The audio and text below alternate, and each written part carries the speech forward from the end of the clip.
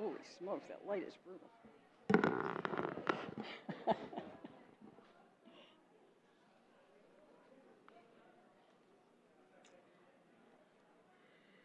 Good evening. Good evening, everyone.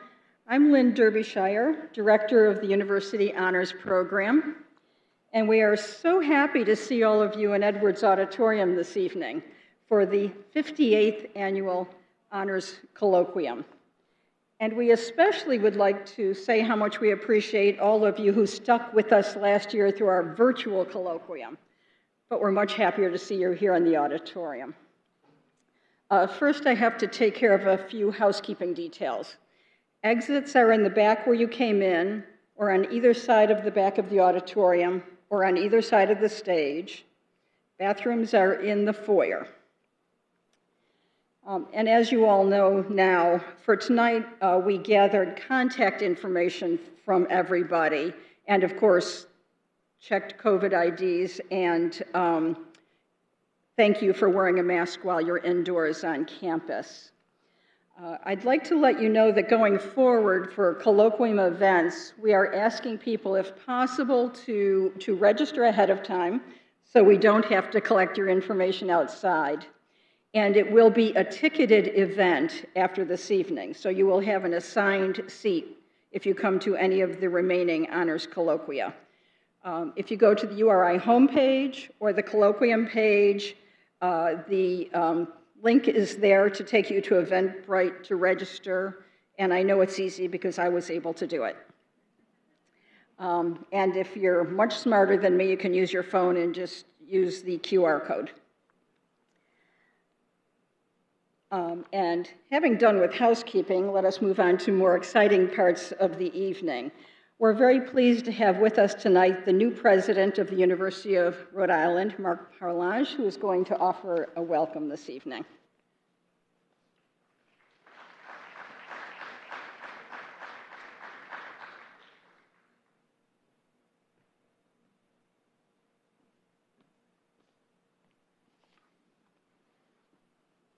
So good evening, everyone. Welcome. Thank you, Dr. Derbyshire, and just welcome everyone who's joining us here this evening in person, and also those who will be joining us virtually.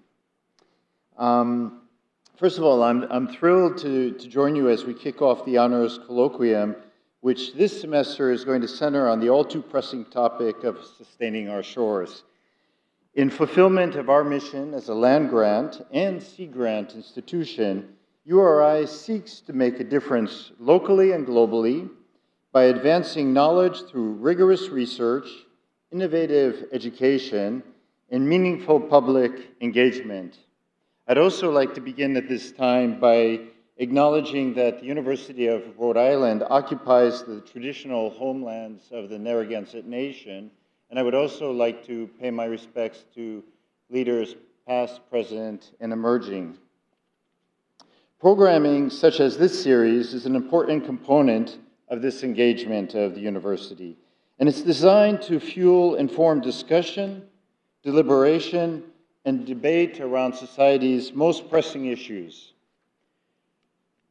With this in mind, as I mentioned, this series is being recorded and broadcast, and that we hope that all of you, and many of you that are following online now, will take part in future lectures and events scheduled this semester and consider the points that are being raised, perhaps, and I'm sure you will, refining your own perspectives along the way. So I've been president at URI for a little less than 2 months, and I learned very early on about the URI Honors Colloquium and its long and distinguished history. Over the years, there's been a diverse array of topics that have been covering many, many subjects. So last year, the topic was disability, to technology and the environment in 1963, the year of its inception. The colloquium generally is about diving more deeply into an important topic and encouraging visionary thinking. In addition to the public presentations, a class of honor students is exploring selected topics under the guidance of faculty and welcoming input of outside experts. Like Dr. Kelsey Leonard, tonight's featured speaker, and Dr. Wallace Nichols, the final speaker in December. And you don't want to miss any of the events in between. And it was a pleasure this evening to be able to share time with some of our students that are part of this program. Being the ocean state, most Rhode Islanders appreciate the marine environment and its resources. Our population cares about the coast and is concerned about the sustainability of our shores and seas. We're aware of the power of storms, the delight of hot clam chowder, and the prevalence of plastic pollution. So the focus of this colloquium is very fitting. We want our state and its blue economy to thrive. We want the world to love the ocean as we do, and we hope to contribute to a deeper understanding of our ecosystem and to enjoy and use wisely the coast and oceans. Make no mistake, our coast and coastal communities are facing incredible threats due to climate change and human impacts. Science and societal engagement are needed to prepare and plan and carefully manage the impacts that are inevitable. This Sustaining Our Shores Honors Colloquium was deliberately planned for 2021. This is the dawn of the UN Decade of Ocean Science for Sustainable Development. URI, as we know, is a world leader in oceanography, marine affairs, ocean engineering, and many more related topics. Now we're called to share our science, to educate broadly, and to foster partnerships with the private sector, government, and motivated communities and individuals to encourage innovative thinking and consequential action. So I just want to close by saying thank you for joining us this evening. It's a thrill to see everybody here. I'm looking forward to the talk, as all of you are, and let's go forth and to understand and explore our shores and seas. Thank you.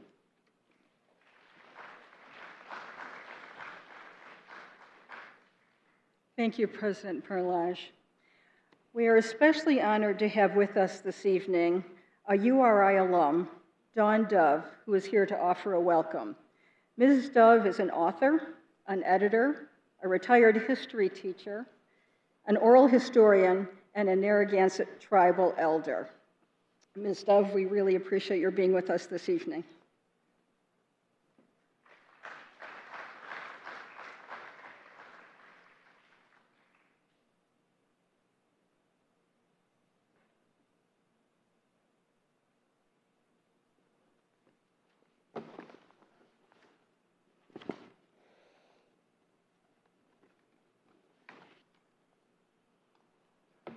Pretty bright out here.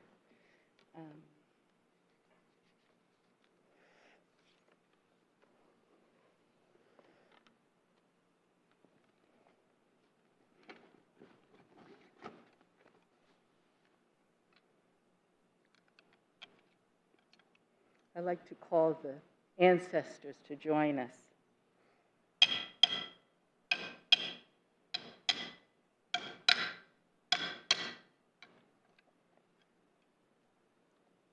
And it is our way often to offer tobacco in the 4 directions.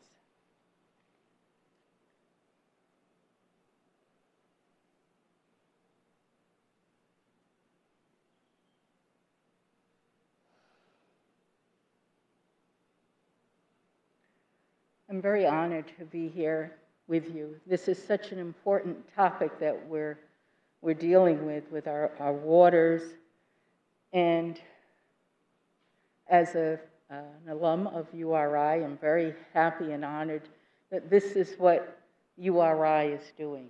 But more than that, this year, when we think of land acknowledgement, as our president just offered, that this is URI is built upon Narragansett land, and land acknowledgement is more than just words, it's also action.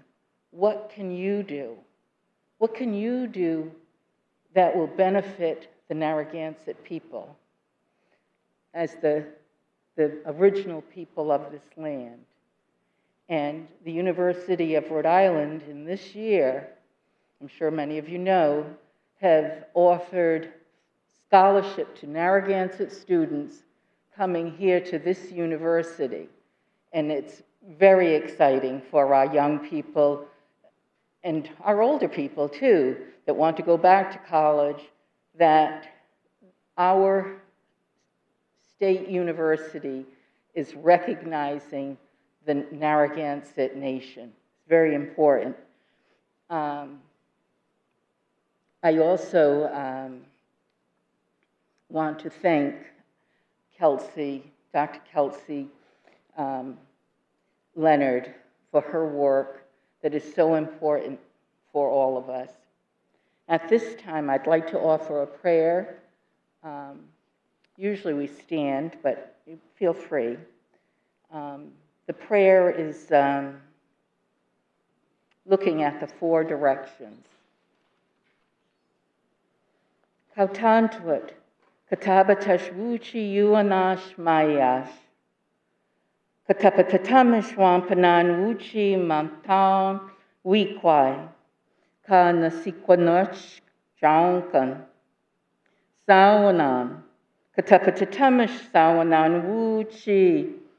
Nipawus akasapitiawang. Kawamanitang wuchi tiashiang. Katapatamish chikiswan. Wuchi mishatashan, kakacha usha kanimpawag, kakana moyong kanonag, watan anuam washwayupanonag. Katapatamish wananamianet, wuchi sochip, kasukinang, kataki, kawami nipiash. Kitan, Sipuash, Nipuad, Kapaki Suwani na Shawang Kanana, Katapatamish Katantuat, Uchiwami, Kuwamani na Tonkan, Katank Sanonag, Ninaj. You be seated. And what I said there was, I gave thanks to the Great Spirit for the 4 directions, and I looked at each direction, the spirit of the East, thinking of the daylight, and all that brings to us that renewal and our survival. And to the South, we looked at that and gave thanks for the sun, for its heat, and also for the love of family. And then looking then to the West, we gave thanks for Mishatashan, the storm, the thunder and the lightning, and for our ancestors' songs on the wind. And then thinking of the North, we gave thanks to the spirit of the North, for the snow and the rain and the cold weather, and for all of the waters, the oceans, the rivers, the ponds. And I gave thanks to the Great Spirit for all our beloved relations. Thank you.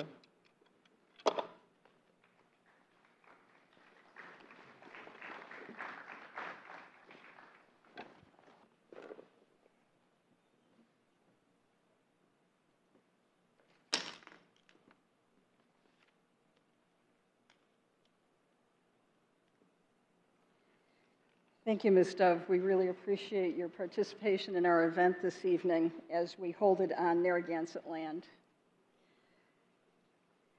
The Honors Program gathers together a community of scholars, scientists, and artists to provide intellectual excitement and reward to all participants, students, faculty, and the public.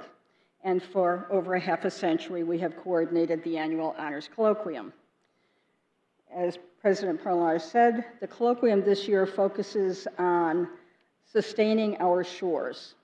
It is a critically relevant topic, and I am confident that this year's colloquium series will productively contribute to the public conversation around these important issues. Producing a series of this scope requires the work and financial assistance of many people and groups, and you will see many of them listed on our flyer. In addition, I would especially like to thank the sponsors of this evening's event. The John Hazen White Senior Center for Ethics and Public Service partners with the honors program in sponsoring the colloquium, and in particular is sponsoring this evening's speaker. It is also sponsored by the URI Office of Community, Equity, and Diversity, and in addition, it is the Eleanor M. and Oscar M. Carlson Women's Studies Annual Endowed Lecture. We are so excited to have Dr. Leonard that everybody wanted to participate. In addition, I have to mention the colloquium coordinators have been working on this program for well over a year and probably feel like it's closer to 5. But let me introduce Professor J.P. Walsh, Director of the Coastal Resources Center and Professor in the Graduate School of Oceanography, and Andrew Davies, Associate Professor of Biological Sciences in the College of Environment and Life Sciences. They've done a remarkable job in coordinating this program, and we are always pleased to have an interdisciplinary inter-college team doing this kind of work. And they are joined by Dr. Martha McConnell, lecturer in the Graduate School of Oceanography, who has taken a lead along with J.P. Walsh in offering the course that's being taken by some very fortunate honors students. A couple of more important thank yous. Many of you know that Deb Gardner has sustained the honors colloquium for decades now, and we don't know how we would ever do it without her assistance. And Anna Blake very ably assists her in that endeavor. But tonight I'd also like to take the opportunity to especially offer our great thanks to Provost Don DeHaze. This is the last colloquium that he will be attending as provost, and I am delighted to be able to speak of his support for the honors program. His vision, his commitment, and his presence has been what has allowed the honors program to grow and thrive. And that is the academic program we offer for students, its health professions advising, its fellowships, and of course it is the honors colloquium. So I hope we can all take a moment to thank Provost DeHaze for supporting us the way he has.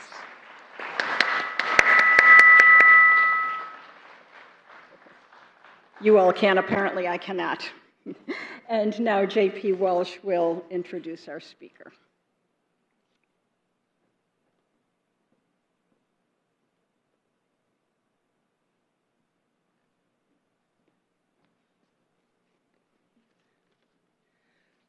Hello, everyone.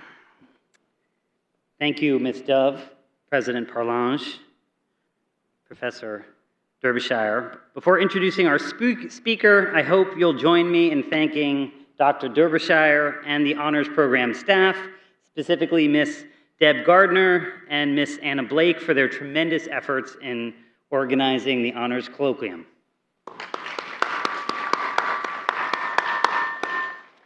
Now it's my honor and pleasure on behalf of our organizing committee to introduce Dr. Kelsey Leonard. Dr. Leonard is a water scientist, legal scholar, policy expert, writer, and enrolled citizen of the Shinnecock Nation. Dr. Leonard is an assistant professor in the Faculty of Environment at the University of Waterloo. Her regional ocean policy work in collaboration with tribes, states, federal, and fishery management council entities received a Peter Benchley Ocean Award for Excellence in Solutions. Dr. Leonard received a bachelor's in sociology and anthropology with honors from Harvard University, a master's in science, in water science, policy, and management from the University of Oxford, a JD from Duquesne University, and a PhD in political science from McMaster University. She has been recognized as a 30 under 30 World Environment Leader and a Native American 40 and under 40 award recipient. Let's please welcome Dr. Kelsey Leonard to the University of Rhode Island. Thank you.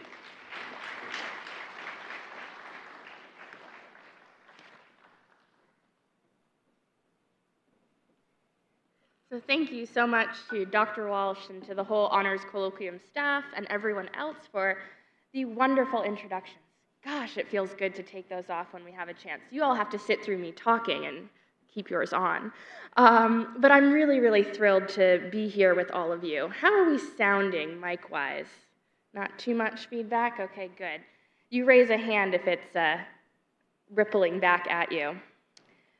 So to start off, I'd like to say akwe, which is hello in my language.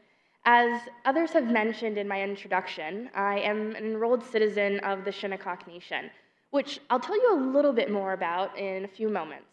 But tonight, we are talking about coasts in crisis, our relationship with rising seas. If you are Twitter savvy and want to engage, you can live tweet tonight's talk and feel free to @ me. You're also welcome to engage with me in that space after this evening if you have additional questions that we may not get to.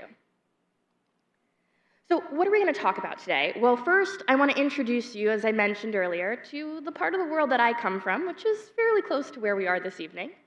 And then I want to talk about sea level rise. I'm going to use an acronym tonight. I know, ghastly acronyms, but SLR stands for sea level rise. So just keep that in mind if you hear me pronouncing it quite a few times. We're then going to look particularly at SLR-induced water stress. You may not have heard those words combined in that fashion, I promise. I will go over what they mean. And then as we round out our evening together, I want to review with you some existing sea level rise adaptation frameworks and give you some insight into some potential new solutions for how we think about sea level rise. So, as I mentioned earlier, I'm an enrolled citizen of the Shinnecock Nation. Our territory is located on the east end of what is currently known as Long Island, New York, but what we often call Paumanok in our Shinnecock language. We are traditionally, it was really wonderful, I should say, it's customary when visiting another nation's lands to give thanks, and I'm so thankful for Elder Don Dove for doing that opening welcome and blessing. I'm thankful to be here on Narragansett lands. I'm thankful to the University of Rhode Island for the future relationships that they will foster with the Narragansett Nation. But in light of that, we are also sister tribes. We are across the sound from one another. And so as Shinnecock people, as Narragansett people, we are people of the sea, of these waters. We are wampum makers, which you can see here in this image. The purple and white beads you may know as wampum, but they come from quahog and whelk shells. And we are master carvers of those shells and of harvesting those, and what we like to call our mollusk ancestors. We've been doing that for thousands of years in this part of the world. And this is really important to what I'm going to talk to you later about in the context of sea level rise and climate change adaptation, because we have millennia of knowledge in this part of the world in adapting to rising seas and in understanding our changing landscapes and seascapes. And you may be asking yourselves, okay, so she's saying all of this, but proof is in the pudding. Well, my proof is in our language. Shinnecock means people of the shore. I have a feeling that my ancestors millennia ago, when they named us that, were thinking that we should be those protectors, those stewards of the shore. I didn't have a role in naming the colloquia about sustaining our shores, but I think it's very fitting that I'm here presenting to you in the opening night as a person of the shore. So let's talk about climate change. Former Secretary General of the United Nations, Ban Ki-moon, said, "Climate change does not respect borders, it does not respect who you are, rich and poor, small and big. Therefore, this is what we call global challenges, which require global solidarity." I start with this because sometimes in the context of climate change and the Intergovernmental Panel on Climate Change that recently released their 2021 report saying we're all in code red, we can get really bogged down in political identities, in nation-state identities, not recognizing that the water doesn't know that you've decided to put an imaginary border on top of it. The ocean doesn't recognize that you've decided to claim jurisdiction over it. Climate change is a global challenge, and it requires global solidarity and breaking down of imagined borders and boundaries. So when we think about climate change in the context of rising sea levels, I also want to take you to what I know, which is my home community. This is a satellite image from NOAA's sea level rise simulator. Right here, as you may have noted earlier in the image that I showed of the eastern end of Long Island, where our territory is located, we have a main portion of our reservation territory called the Shinnecock Neck, as pictured here. This is it right now. I think it actually might have been as of 2020, but you can really get a sense of our landscape. You can see that we still have probably some of the largest amounts of biodiversity in terms of tree species compared to our wealthy Hamptons neighbors who have decided to carry on the New York City planning efforts in the Hamptons and build right on top of each other. That said, this is what the east end of Long Island looks right now for Shinnecock territory. But if we go and look at the sea level rise simulator of NOAA scientists and the predicted modeling for the rise of sea level along the eastern Atlantic, this is what we could face in our near future. So let me unpack this for you. I kind of almost feel like the IPCC report on Code Red is very fitting with NOAA's simulator because it's all red.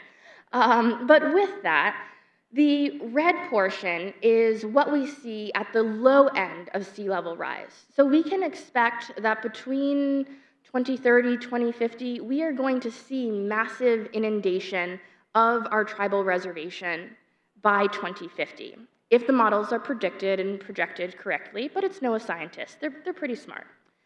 The yellow portion is what we might see by 2100. If we get to there, then we're likely going to lose about half of our reservation lands by 2100.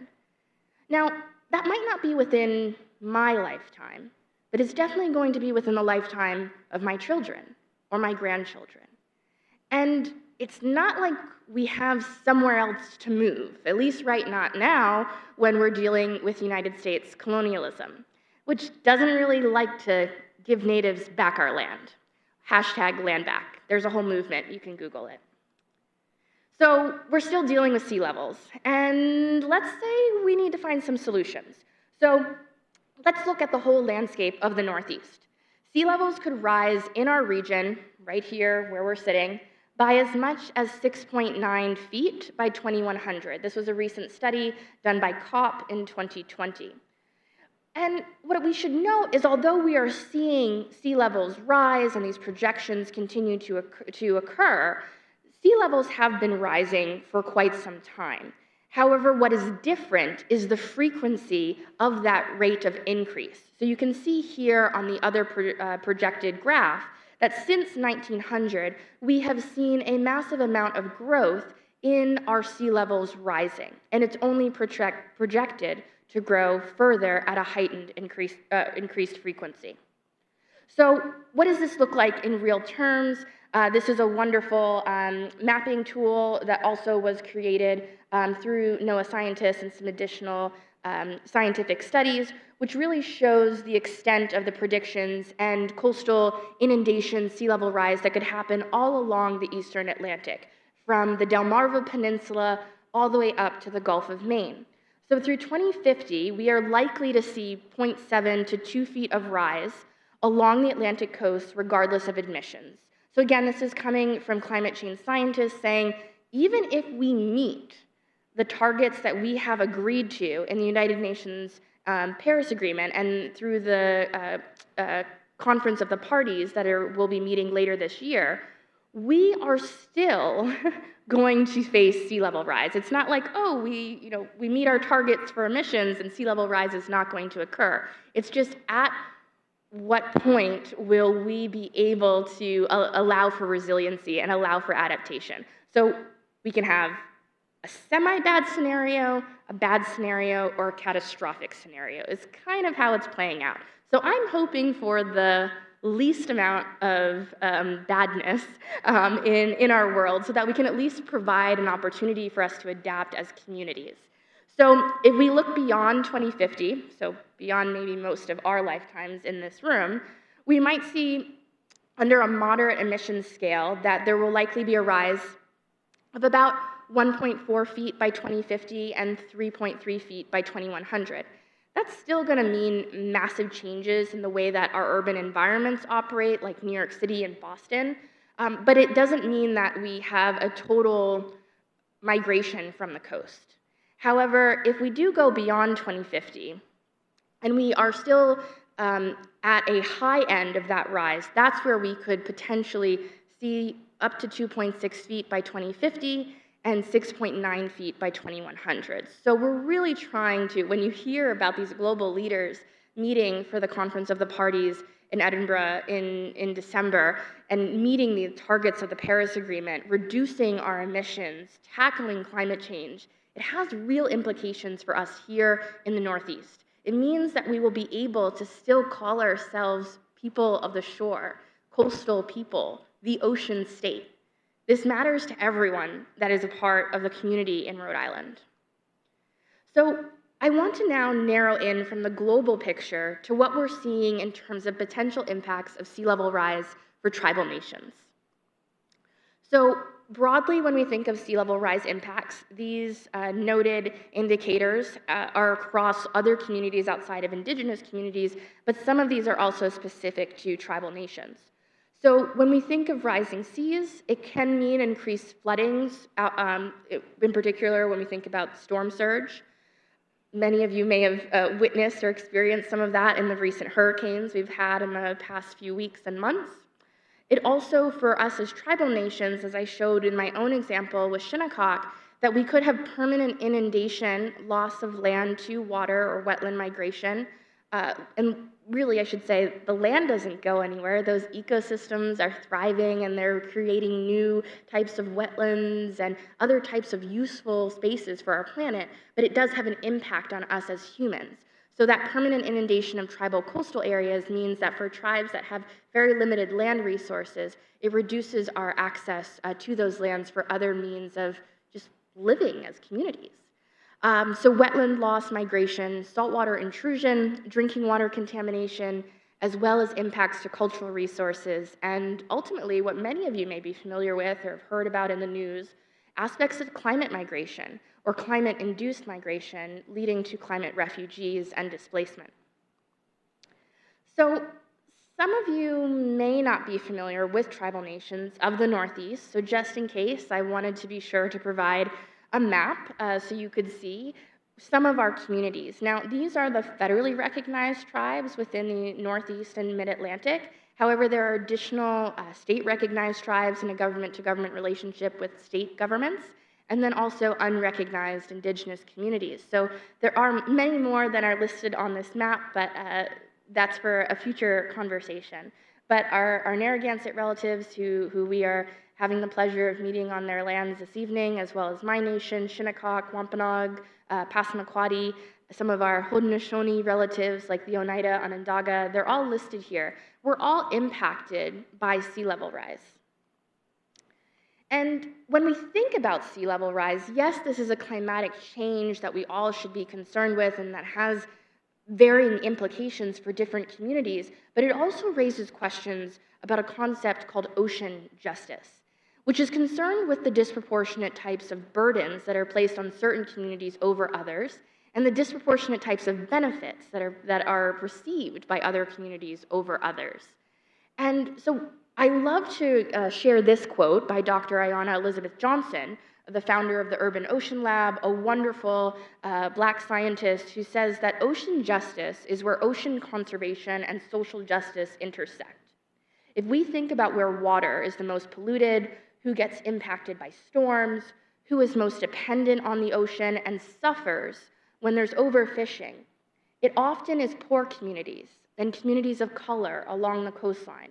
When we think about ocean conservation, it can't just be for the spots in front of fancy resorts or the homes of wealthy individuals.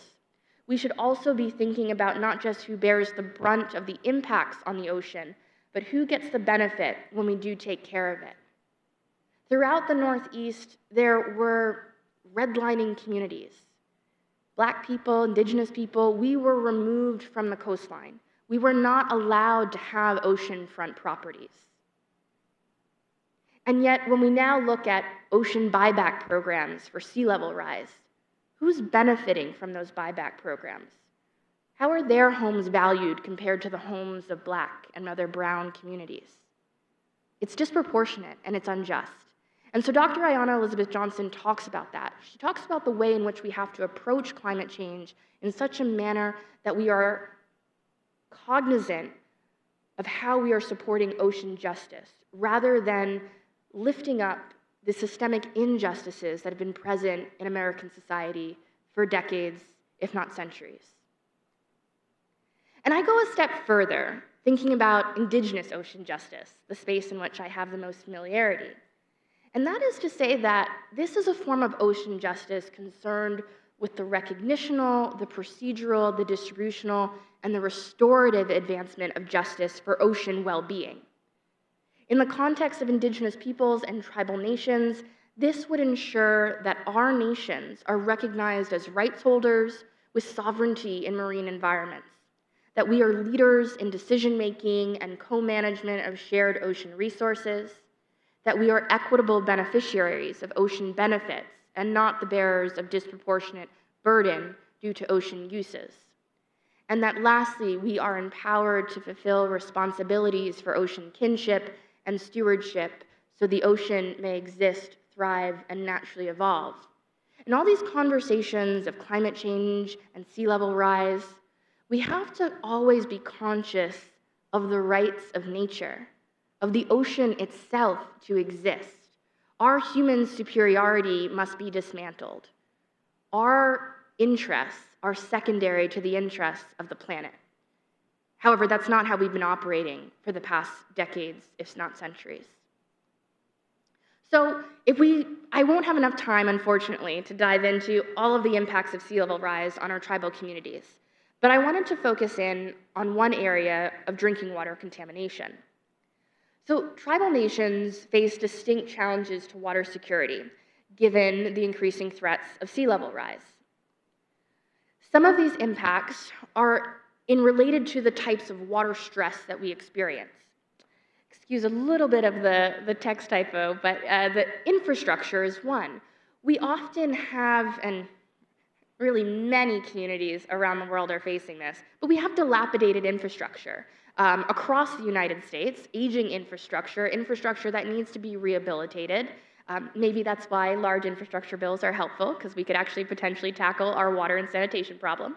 But even more so, these challenges are ever more present within tribal communities and tribal nations.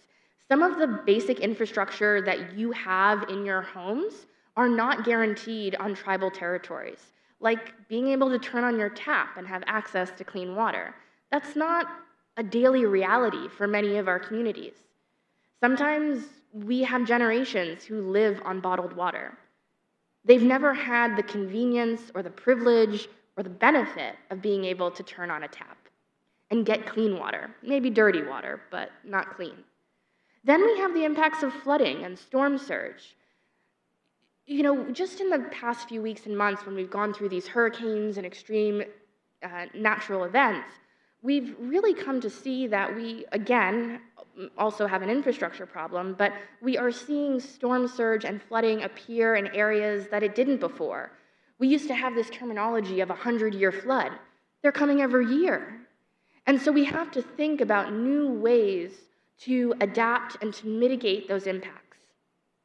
Now, the good thing for tribes, we're having babies, and that's awesome, and our population is growing, but our land isn't.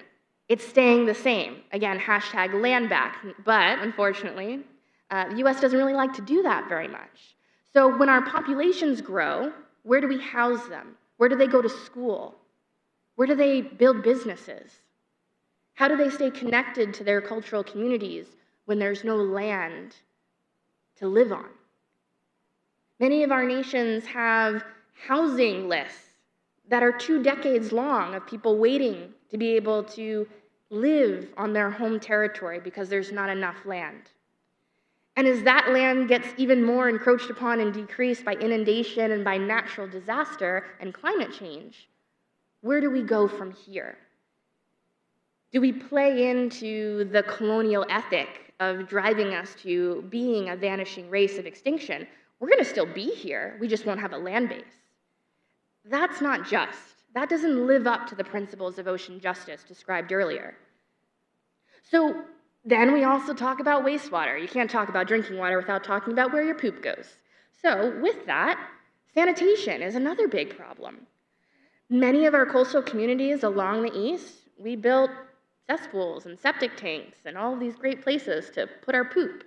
But now we built them in places that get easily inundated by flooding and storm surge, and then those systems leak. And they leak out into our estuaries and our bays and the environments that we love and oftentimes depend on economically for our shellfish and other types of fishing activities. And so we have to think about, how do we modernize our wastewater? How do we modernize the types of sanitation infrastructure that we have available to communities? And I already covered land loss, but it's not just for us as Indigenous peoples. A former federal officer for the Department of Interior, Felix Cohen, he used to say that federal Indian policy is like the miner's canary. What befalls the Indian will eventually befall everyone else. And so I think that that is very indicative of what we're facing with sea level rise. We have our Indigenous relatives in the Pacific whose islands are sinking. They call out, "We are drowning, but we are fighting." And the same thing resonates here on the Atlantic. We may be drowning, but we are fighting to protect our shore and to sustain it and to allow for there to be future generations that exist for me as Shinnecock, as people of that shore. So what do we do? That was a little doom and gloom, I know, but we can be solutions-oriented.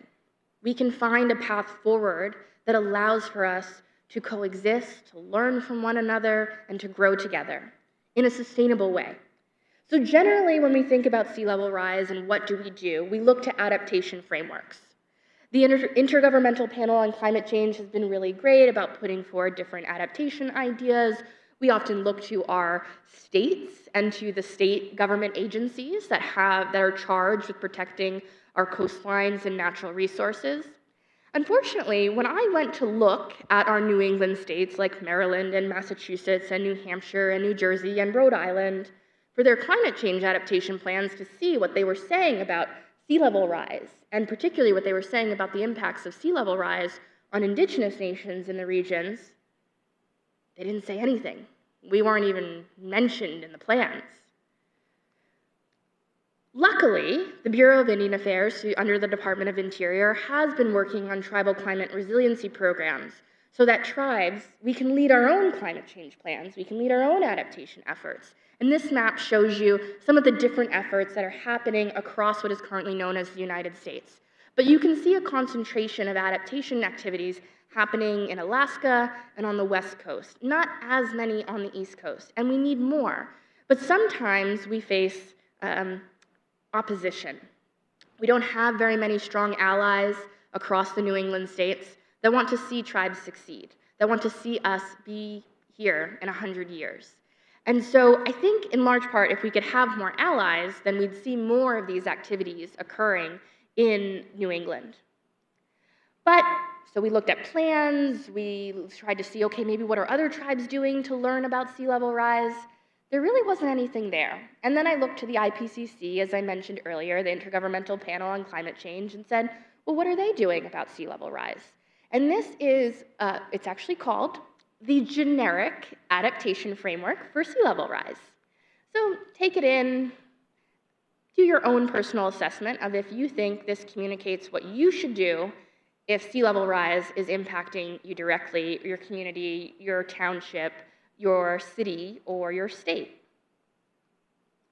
Well, when other scientists looked at that adaptation framework and others that exist out in the world, they kind of said that sea level rise adaptation frameworks are colonial and a bit oppressive and sometimes racist.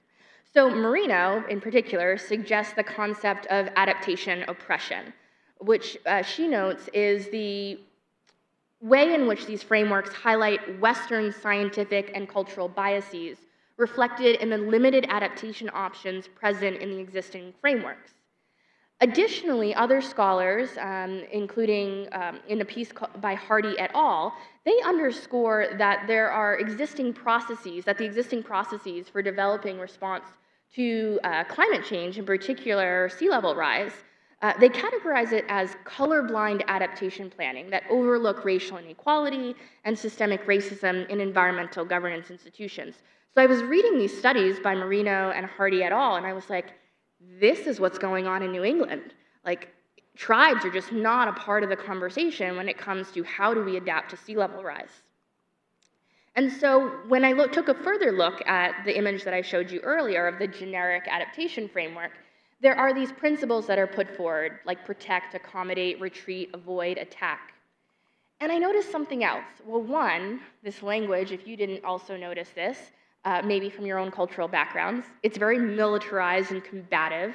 We always want to fight climate change. We want to combat climate change. Maybe we could think of more hopeful language. Maybe we could think of language that inspires us to care, to steward, to be responsible. Additionally, when I looked at these particular types of principles, I didn't see any cultural connections that would align with the cultural ideologies of tribes in New England and in our region. Also, if you look at the structure, design is so important to communicating science. And the design for these adaptation measures are a very Western structure of a home, you know, sort of box squares, triangle roof. That is a very Western design. And if we think about, you know, this being an IPCC generic sea level rise adaptation framework, houses in Vietnam aren't necessarily all made like this. Neither are Indigenous houses all made like this. And so we could be doing so much more to get everyday folks to adapt to sea level rise and to climate change if we thought about science communication and design in such a manner that they felt reflected in what they were seeing scientists communicate to them. And lastly, for an Indigenous perspective, all of these principles are very human-centric. It's like, how do we survive as humans but forget the rest of the living beings on our planet?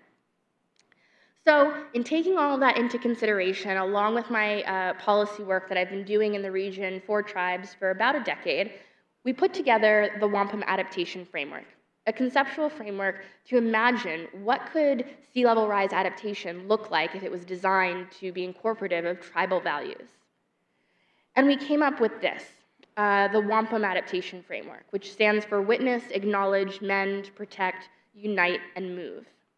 Wampum, as I mentioned earlier, being very critical to how we understand our presence, our essence, and our futurity as Indigenous peoples in New England. And so the Witness Principle, it stands for witness warnings from human and non-human relations and follow the patterns of the natural world. This is Elizabeth James Perry.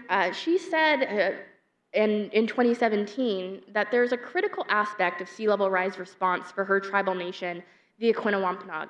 She noted that Indigenous knowledge is about careful, respectful observation and cooperation with the natural systems for a sustainable future. I point you back to this image in the Wampum Adaptation Framework. We have seen increasing unusual mortality events, UMEs, of our whale relatives since 2016 for both humpback and right whales along the Atlantic coast. We have a unique relationship as Indigenous peoples of this coastline with those beings. They are here, they are telling us something, and they are telling us that we need to change the way in which we are responding to these climatic changes. We are here to be a witness to those messages and to be able to learn from them and adapt. So this also brings us to the next principle of acknowledge, which is acknowledge traditional teachings and restore cultural stewardship practices. So we have some really great work already ongoing, and that's what I also love about the Wampum Adaptation Framework, is it pulls from already existing solutions and resilience activities of tribes throughout our region. So one example is the Native Land Conservancy, NLC, which was the first Indigenous-led conservation organization in the eastern United States. And they actually work to put back Indigenous conservation methods onto the land and waters, which are really integral for protecting our shorelines. We then have the principle of mend, which is mend the shoreline and practice healing for coastal and environmental sovereignty. And I use here as a reference my own nation. We prioritized Indigenous knowledge, our knowledge, to address our shoreline erosion after Hurricane Sandy, and the really catastrophic degradation of our shoreline because of that storm. We prioritized our knowledge by using nature-based solutions for healing our coastal areas. And what you can see here is our restored shoreline, where we put in boulders in the water to reduce wave inundation from storm surge. We also have oysters and other aquaculture seedings that went in, and then we did massive amounts of beach replenishment for sand, as well as being able to keep that sand in place through seagrass plantings, both on the terrestrial portion of the shoreline and in water. And then we have the principle of protect, which is protect future generations by protecting cultural sites and ancestors. There's probably a few shout outs to URI that are coming next. And what this means is cultural resource protection is really important to how we protect future generations. But it's also thinking about our intergenerational connectivity, which means that when I talked about earlier us having millennia of knowledge in sea level rise adaptation as Indigenous peoples, we have seen sea level rise before. We just haven't seen it at this frequency. And what I mean by that is we used to live on the outer continental shelf and have fishing villages, and so we still have sacred sites and artifacts and different types of cultural resources that are submerged. And so when we think about offshore energy, when we think about any type of projects that are happening in the ocean, they need to be consulting Indigenous peoples first, because there are implications for our cultural resources that could be damaged with the proliferation of those projects. And so URI has been doing some really great work in thinking about what does grave rematriation look like, what does the protection of those ancestral sites look like, and we are talking about underwater here, so we do have to build some technical capacity through underwater archaeology, which is an emerging discipline and field, and some of the cutting-edge scientists are based here at URI doing really integrated projects with the Narragansett Nation. So I hope we see more of that in the future. And the next principle is unite, which is unite with other communities to build capacity and plan relocation. So I wanted to reference here that just as Secretary Ban Ki-moon, I started with their quote at the beginning of this talk, said that climate change is a global challenge, it requires global solidarity. The same is true for us as tribal nations. And so I referenced the work of United South and Eastern Tribes, an intertribal organization that really has worked to put forward new conceptions and studies around tribal climate science. They created a tribal climate science liaison in partnership with the Northeast Climate Adaptation Science Center. There are these climate adaptation science centers all across the United States, but specifically they've worked with the Northeast Center. And they're actively working to build tribal capacity. They host a tribal climate resilience camp. It was hosted by the Shinnecock Nation. It went virtual. Hopefully it may be back in person for 2022. COVID has switched up a lot of plans. But it's really allowing for us as tribal nations to also learn from one another. What have been our successes? What have been our challenges? How can we use that to the benefit of our future generations? And the last principle is move. And this one is really important, a little bit controversial, but it means to move to new places with cultural connections and rebuild. To do that is going to require a shift in federal Indian policy in the United States. It's going to need to recognize that climate-induced migration, climate displacement, and climate refugees are real. They already exist. From Indigenous villages in Alaska to the coast of Louisiana, hit horribly by the hurricanes this season. We have already lost our lands, and more will continue to. Even our island communities that are under colonial oppression by the United States government are losing their islands. And so when we think about what is the future of climate adaptation and sea level rise adaptation, it must be inclusive of ocean justice, where we are giving funds to allow for the migration of peoples with dignity.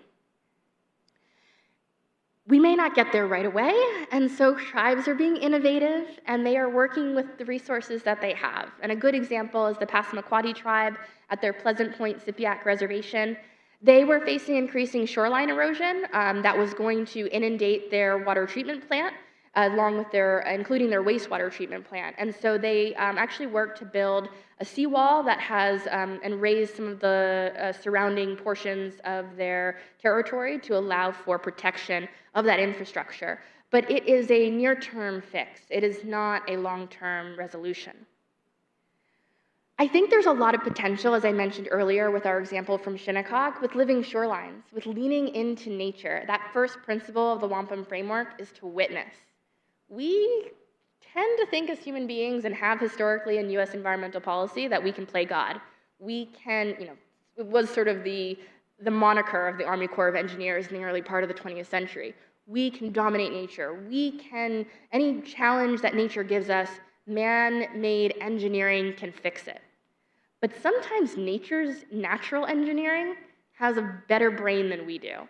So we have to look at examples of biomimicry, looking to nature to see how could we learn from what nature is already doing to sustain ourselves, to build more resilient communities and cities and townships and tribal nations. And so Shinnecock built a living shoreline, the Pamunkey Indian tribe, which is down towards the Delmarva Peninsula, as highlighted here in King William County in Virginia.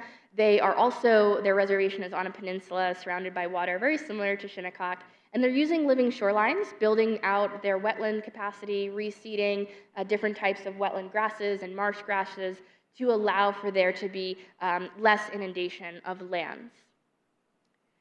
So I leave you with these images of my home community. Particularly people smiling. I think when we think about climate change and we think about sea level rise, it can be really daunting and it can induce a lot of climate anxiety. But there's the potential for us to reframe our language, to reframe our thinking, to not talk about fighting climate change or combating climate change, but to actually put a smile on and say, we were put on this planet for a reason. We have a responsibility to protect the natural world, to give back more than we take. And these images, I think, are very indicative of what we can do if we work together for global solidarity to address these global challenges. So Tabutni, thank you, and I look forward to your questions.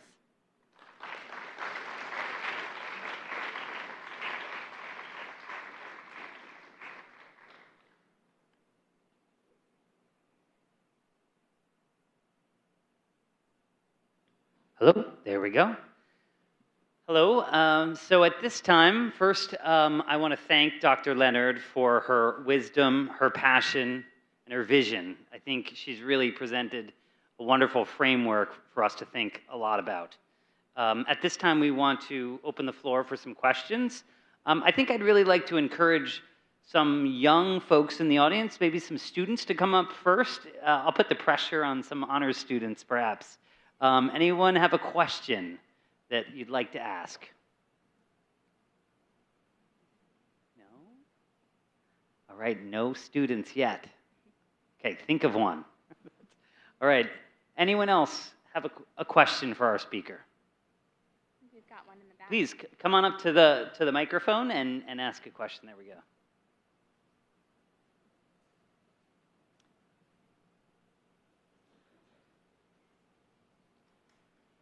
And while she's coming up, if anyone else thinks of one, feel free to come up to this other microphone. Hello? Okay, sorry. I was just wondering, so I know that New England is one of the most traditionally democratic, liberal, and most college-educated regions of the United States. I was wondering why, despite this, you think that New England has such a small population of Indigenous allies.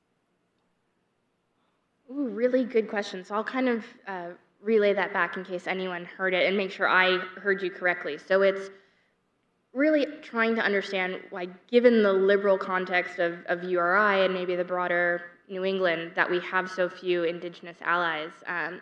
I think in large part it goes back to the colonial context and a lack of reconciliation and healing in this part of the world. I was hearing over our dinner conversation earlier that just a few miles away there is a massacre site of Indigenous peoples. And think to yourselves, maybe some of you are hearing of that for the first time.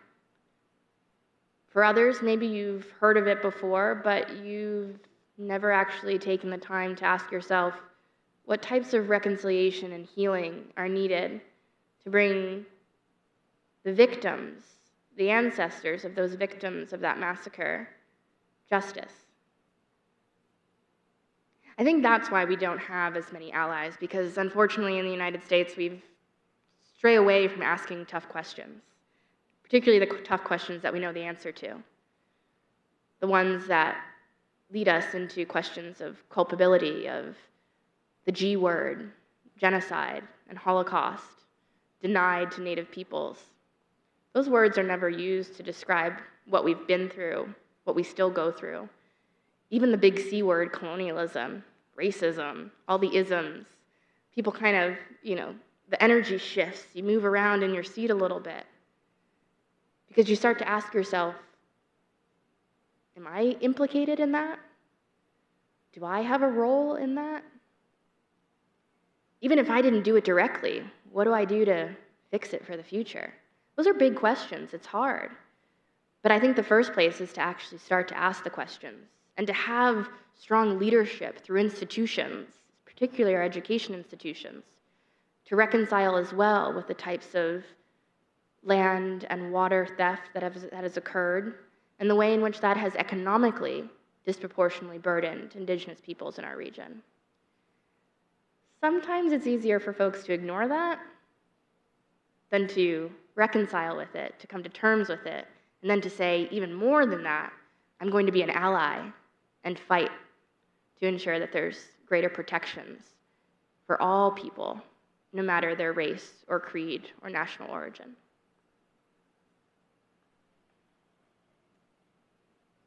Thank you. That's provocative and something that we all need to think about.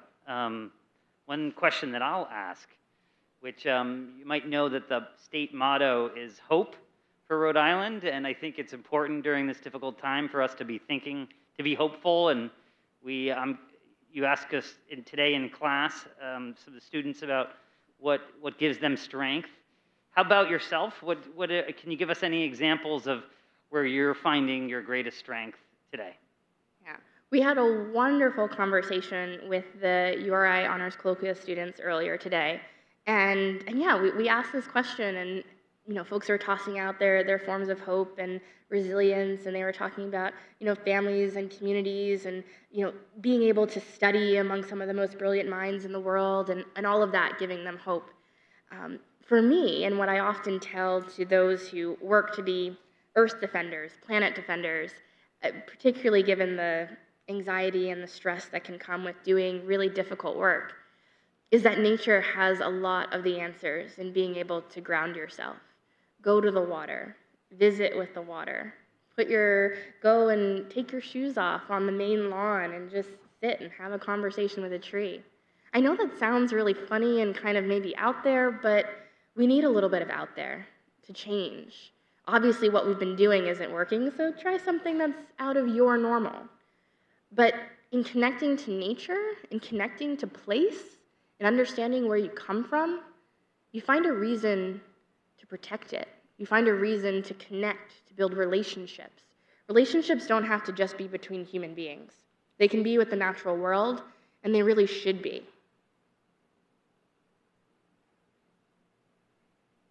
Perfect. Anyone else have a question? Thank you. Yeah, come on up. Hello. So something that you said during this presentation, it stuck with me, and that was about not using such combative language to talk about climate change, and I feel like that's something that could benefit a lot of people and how they're thinking of dealing with the issue of climate change, because I feel like if people keep thinking of it as a fight, eventually fights get really exhausting and people just get worn out trying to think of okay, how am I gonna combat this? How am I gonna fight this? So what do you think is a good way to introduce the non-combative language to a greater number of people, because that way it might actually help people in their individual steps to dealing with this? Yes, thank you so much. That's a really, really great question. It's about how do we have less militarized and combative language in our approach to climate change. And What I didn't mention earlier is the wampum adaptation framework really came out of and birthed out of my own experience as a Shinnecock person and my connection to our coastal Atlantic tribes from sort of down the seaboard to sort of North Carolina, South Carolina, and up to Maine and portions of Canada if we break down some of those imagined borders. But like Hardy and Marino and the other adaptation scientists have said, we need adaptation frameworks for all different parts of the world. And within each of those efforts to create those frameworks, we can be thinking about the types of language that is a cultural match for those parts of the world. So I can spew off a bunch of different types of words that I think would work in English, but we have hundreds, if not thousands, of languages around the world where there are maybe better ways of saying something that would be more applicable to those communities that are dealing with these pressing challenges. So my charge or call to action is for communities all over the world to not just take the colonial frameworks that are put forward to you, but to feel empowered to design your own adaptation frameworks. And some principles may work and some may not, and you have to revise, and science is a living process. It's not stagnant. It doesn't exist solely in our books or writings. It is practiced every day by everyday people. And that's also important and indicative of how we should approach sea level rise adaptation. So the last point that I'll say is what I can give to you are the principles that we sort of came up with in conversation in relation to wampum. We really wanted, wampum in and of itself, when we give it that name and when we carve it out of quahog and whelk shells, it comes to have, it already is a living entity, and it maintains that living status. And so that connection to it, it also is an entity that we imbue with much respect in terms of it being an entity that can inspire truth in those that hold it. And so in doing that, we didn't want to create an adaptation framework where we use militarized language. Wampum isn't about militarization, although some people want to say, oh, it was Native American money, or, oh, it formed treaty agreements. It did, but not for the militarized portion of that. It formed agreements to understand how we relate to one another and how we relate to the land and how we relate to water, and it was to hold us to our truth. And so when we thought about the principles and the language that should be embedded in this framework, it was to think about what we have as a responsibility to do, which is to witness, which is to acknowledge, which is to heal and mend. And sometimes it's to disalarm ourselves from thinking that moving and relocating is a bad thing. We can relocate, but we have to do it in such a way that's just for all communities. So that's what I would say to that. Thank you for the question. As a final question, I'd like to ask you to speak perhaps to the young people, but maybe people in general that maybe are not thinking about adaptations, but they're wondering how, if they want to make a difference and sort of deal with these challenges that we're facing, what do you advise people to do, how to get engaged? Yeah, that is such a great question. For young people, it's to follow your passion. We had really wonderful discussions earlier today, and a few students that were asking, oh, do I need to be this major or take this class to defend, be an earth lawyer or defend the earth or be a planet protector or work to build climate adaptation models? And there is no set path. I think the path is to recognize that you build the skill set that you need to contribute to the things that you're passionate about. And so you can be an earth defender as an actor, you can be an earth defender as a politician, you can be an earth defender as a school teacher. And so that would be the other recommendations I would give, is to also expand your opportunities to take in different forms of language, both through storytelling and in written form, like literature and books. There are some wonderful children's books. I always love to shout out to water books that I think are for children of all ages, no matter where you are in your life, and that's The Water Protector by Carol Lindstrom, which won a Caldecott Medal for the beautiful illustrations that show our deep and inherent connection to water all across the planet. And then The Water Walker by Joanne Robertson, which also shows why it's important to connect to nature and to connect to water. We all have nature every day in our lives, we are nature. We're made up of all the wonderful things that this planet has to give. So being able to tap into that is also an important way to find your passion, to find your path forward. And what I leave people with, and I often say this in a TED talk that I gave, is to ask yourself every day, what have I done for the water? Or you could replace it with, what have I done for the planet? I think sometimes having that individual check-in is a good way to stay conscious, is a good way not to be complicit in some of the horrific things that we have happening in our world. Thank you very much, Dr. Leonard, and let's give her a warm thank you.